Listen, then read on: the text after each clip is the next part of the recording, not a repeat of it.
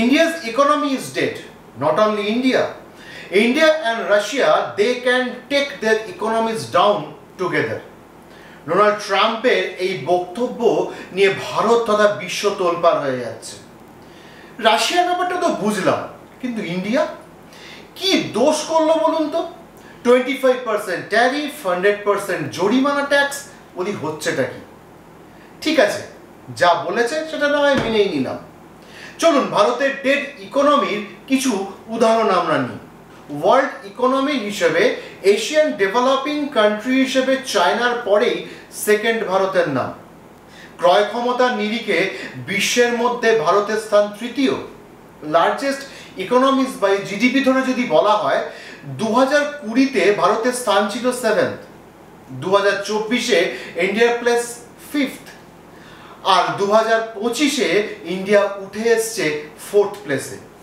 এইভাবে চললে 2027 থেকে 2030-এর মধ্যে আশা করা যায় ভারত হয়ে যাবে থার্ড লার্জেস্ট ইকোনমি।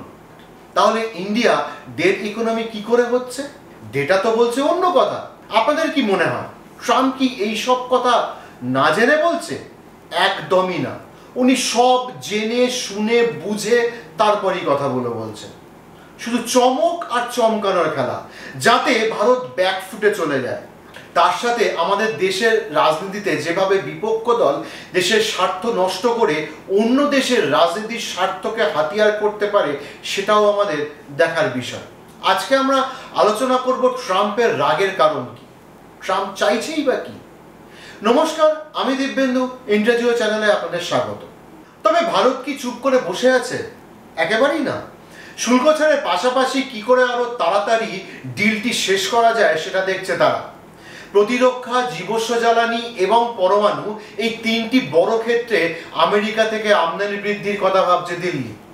তবে একেবারেই F-35 এর কথা ভাবছে না নয়াদিল্লি। এতে বাণিজ্য ঘাটতি বেশ কিছুটা কমবে। তবে কৃষিক্ষেত্রে এক পেশে চুক্তির ফাঁদ এড়াতে ভারত মরিয়া। জেনেটিক্যাল মডিফাইড শস্য বীজ বা জিন পরিবর্তন করে যে ফলন বাড়ানো হয়, সেটা ভারত কোনো মতেই ভারতে আসতে দেবে না। শীঘ্রই দুই রাষ্ট্রনেতার মধ্যে ফোনে আলোচনা হতে পারে, আর তাতেই কাটতে পারে এই জট। আজ আলোচনা করব ভারতের বাণিজ্যে তেল, অস্ত্র, এয়ারক্রাফটের প্রভাব কতখানি, যা নিয়ে ট্রাম্প এতটাই ক্ষেপে আছে। মস্কোর সঙ্গে বাণিজ্য ও প্রতিরক্ষা সম্পর্কের কারণে ভারতের আমদানির উপর 25% শুল্ক আরোপ এবং জরিমানা আরোপের ঘোষণা করল ট্রাম্প।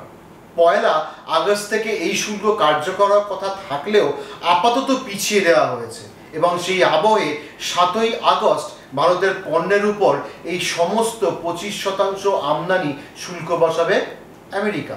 নিষেধাজ্ঞা এড়িয়ে রাশিয়ার সঙ্গে লেনদেন চালিয়ে যাওয়ার জন্য জরিমানা বা পেনাল্টির ঘোষণা করেছেন তিনি। ভারত ও রাশিয়াকে নিয়ে তার মারাত্মক বক্তব্য। রাশিয়া এবং ভারতের ব্যাপারে তিনি ভাবতেই চান না। মৃত অর্থনীতি নিয়ে ডুবে যেতে পারে দুই দেশই। ভারতের সঙ্গে যৎসামান্য ব্যবসা বাণিজ্য করেছি আমরা, ওদের শুল্কের হার খুব বেশি, পৃথিবীর মধ্যে সর্বোচ্চ। রাশিয়া ও আমেরিকার মধ্যেও ব্যবসা বাণিজ্য প্রায় নেই বললেই চলে, সেটাই বজায় থাকুক। কিন্তু এই রাগটা কেন? আসলে এই রাগের কারণ না অনেক। প্রথম কারণ, ভারত বিশ্বের তৃতীয় বৃহত্তম তেল আমদানিকারক দেশ। মোট আমদানির অন্তত 35 থেকে 37% তেল তারা রাশিয়া থেকে নিয়ে আসে, জানিয়ে অত্যন্ত অসন্তুষ্ট ট্রাম্প। ভারতের সঙ্গে গত অর্থবর্ষে রাশিয়ার সার্বিক বাণিজ্যের পরিমাণ বেড়ে হয়েছিল ভারতীয় মুদ্রায় প্রায় 6 লক্ষ কোটি টাকা। তার মধ্যে ভারত থেকে রাশিয়া রপ্তানি করা হয়েছে $490 কোটি পণ্য। তার মধ্যে রাশিয়া থেকে ভারত আমদানি করেছে $6.3 কোটি পণ্য। কিন্তু আমেরিকা থেকেও খনিজ তেল আমদানি করে থাকে ভারত। শুধু তেল নয়, এলপিজি, এলএনজির মতো জ্বালানি গ্যাসও আমেরিকা থেকে আগের থেকে অনেক বেশি পরিমাণে আমদানি করছে ভারত। 2023 সালের তুলনায় 2024-25 অর্থবর্ষে এলএনজি আমদানির পরিমাণ প্রায় 100% বেড়েছে। 2025 সালের জুন মাসের তুলনায় জুলাই মাসে আমেরিকা থেকে তেল আমদানি 23% বেড়েছে। সার্বিকভাবে ভারত আমেরিকা থেকে যে পরিমাণ তেল আমদানি করত, তা মোট আমদানি 3% ছিল, তা বেড়ে এখন 8% হয়ে গেছে। কিন্তু তিনি ডোনাল্ড ট্রাম্প, তার তো সবটা চাই। আর যে দেশ বেশি দাম দিয়ে কিনবে তার অর্থনীতি শেষ হয়ে যাক, তাতেও তার কিছু আসে যায় না। ঠিক তেমনই ভারতের ক্ষেত্রেও যত রকমভাবে প্রেশার ক্রিয়েট করা যায় তা তিনি করে যাচ্ছেন। তিনি খুব ভালো করেই জানেন পাকিস্তানের অর্থনীতির সঙ্গে ভারতের অর্থনীতির কোনো মিলই নেই। তা সত্ত্বেও তিনি এই প্রেশারটা দিয়ে রেখেছেন, পাকিস্তানে যদি তৈলখনি আবিষ্কার হয় সেক্ষেত্রে ভারতকে পরবর্তীকালে পাকিস্তান থেকে তেল কিনতে হতে পারে, যাতে ভারত অধৈর্য হয়ে আরও সস্তায় আমেরিকার সঙ্গে ট্রেড ডিলটা খুব তাড়াতাড়ি করে নেয় এবং আমেরিকার পক্ষে সেটা আরও যাতে বেটার অপশন হয় দেখা দেয়। ইন্ডিয়া যদি ডেড ইকোনমি হতো তাহলে এত নাটক করার কি কোনো প্রয়োজন হতো ডোনাল্ড ট্রাম্পের? দুঃখের বিষয় আমাদের দেশের রাজনীতি খুব সস্তা হয়ে গেছে। তারা শুধু এটুকু বোঝে যে কি করে বিপক্ষ দল বা শাসক দলকে টাইট মারা যায়। তার জন্য যদি বিপক্ষ দেশকেও সমর্থন করতে যায়, কিছু স্বার্থক্ষুণ্ণ হলেও তারা পিছপা হয় না। রিসেন্টলি রাহুল গান্ধী যেভাবে ডাউন ইকোনমিক টুইটকে হাইলাইট করেছেন তা তার প্রশংসা প্রাপ্য, কিন্তু কতটা তার মধ্যে সারবত্তা আছে আর কতটা দেশের স্বার্থ ক্ষুণ্ণ হচ্ছে সেটা দেখার প্রয়োজনীয়তা বোধ করেননি তিনি। 2024 সালে রাশিয়া থেকে বাকি ইউরোপ 50 লক্ষ কিউবিক লিটার গ্যাস কিনেছে, তা দাম প্রায় কয়েক হাজার কোটি টাকা। সেই রাশিয়া থেকে যাদের উপর ট্রাম্পের এত রাগ, এত আপত্তি। ইউরোপের ক্ষেত্রে কিন্তু ট্রাম্পের কোনো রা নেই মুখে। রাশিয়ার প্রাক্তন প্রেসিডেন্ট দিমিত্রি মেদভেদেভকেও নিশানা করেন ট্রাম্প। তার বক্তব্য, মেদভেদেভকে বলুন উনি একজন ব্যর্থ প্রাক্তন প্রেসিডেন্ট, নিজেকে এখনো প্রেসিডেন্ট ভাবছেন তিনি, বুঝে শুনে কথা বলতে বলুন। অত্যন্ত বিপজ্জনক জায়গায় ঢুকে পড়ছেন উনি, জানিয়ে মেদভেদেভ ভীষণভাবে রিয়্যাক্ট করেছেন। আমেরিকার প্রেসিডেন্ট হিসেবে ডোনাল্ড ট্রাম্প দ্বিতীয়বার ক্ষমতায় এসেছেন 20 জানুয়ারি।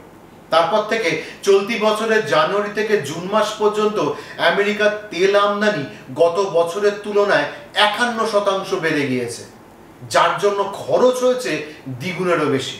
ভারতের বিদেশ মন্ত্রকের মুখপাত্র তেল আমদানি ক্ষেত্রে যে বক্তব্য রেখেছেন, বাজারে কি কি দাম দিচ্ছে এবং সার্বিক বিশ্ব পরিস্থিতির দিকে নজর রেখে আমরা আমাদের জ্বালানি চাহিদা পূরণ করে থাকি। দুই দেশের পারস্পরিক সম্পর্ক তৃতীয় কোনো আয়নায় দেখা উচিত নয়। রণধীর জয়সওয়াল আরও বলেন, আমাদের সঙ্গে যত দেশের যত রকমের সম্পর্ক রয়েছে সেগুলো নিজস্ব যোগ্যতার উপর দাঁড়িয়ে। তৃতীয় কোনো দেশের আয়নায় এই সম্পর্কগুলিকে দেখা উচিত নয়। এবারে আসি ট্রাম্পের রাগের দ্বিতীয় কারণে।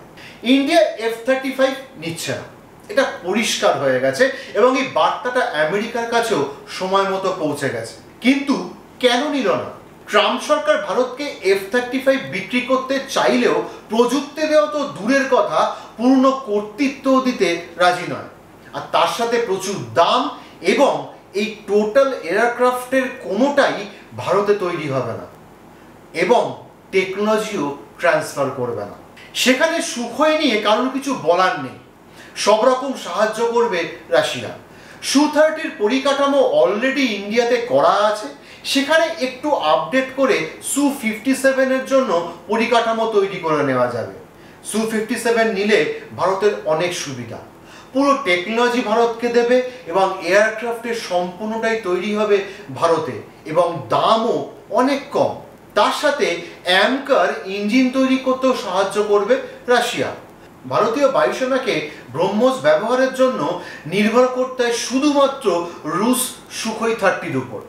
Su-57 এর সোর্স কোড পেলে অনায়াসই তাদের ব্যবহারযোগ্য সমস্ত ধরনের ক্ষেপণাস্ত্র ইন্টিগ্রেট করতে পারবে বায়ুসেনা। সেপ্টেম্বর অক্টোবরে ভারতে আসবে রাশিয়ার প্রেসিডেন্ট ভ্লাদিমির পুতিন। খুব শীঘ্রই ভারতে আসছে রাশিয়ার প্রতিনিধি দল। সেখানে আলোচনা ও চুক্তি কমপ্লিট হতে পারে Su-57 নিয়ে। আমেরিকার সঙ্গে বাণিজ্য চুক্তির ক্ষেত্রে ভারত নীতিগত এবং অসংঘাতমূলক একটি অবস্থান গ্রহণ করেছিল। অর্থনৈতিক সুরক্ষার সাথে যাতে শুল্ক ছাড়ের ভারসাম্যও থাকে এবং যাতে দেশীয় বণিকদের সমালোচনা এড়ানো যায়, সব দিক বিবেচনা করে এগোচ্ছিল দিল্লি। তাতেই দেরি হয়ে গিয়েছে। যে সমস্ত দেশ আমেরিকার সঙ্গে বাণিজ্য চুক্তি স্বাক্ষরের জন্য তাড়াহুড়ো করেছিল, তাদের সঙ্গে অধিকাংশ ক্ষেত্রেই একপেশে চুক্তি হয়েছে। তার মধ্যে ব্রিটেন, অস্ট্রেলিয়া অন্যতম। এই দেশগুলির সঙ্গে আমেরিকার বাণিজ্য ঘাটতি রয়েছে। আমেরিকাও এই ধরনের চুক্তি চাইছিল, আর তাই এই একপেশে চুক্তি এড়াতে চাইছে নরেন্দ্র মোদীর সরকার। দেখুন চুক্তি কতটা নর্মালাইজ করতে পারে ভারত সরকার, এবং তা নিয়ে আবার আপনাদের সামনে আসা যাবে। ততক্ষণ সবাই ভালো থাকবেন, সুস্থ থাকবেন। জয় হিন্দ, জয় ভারত।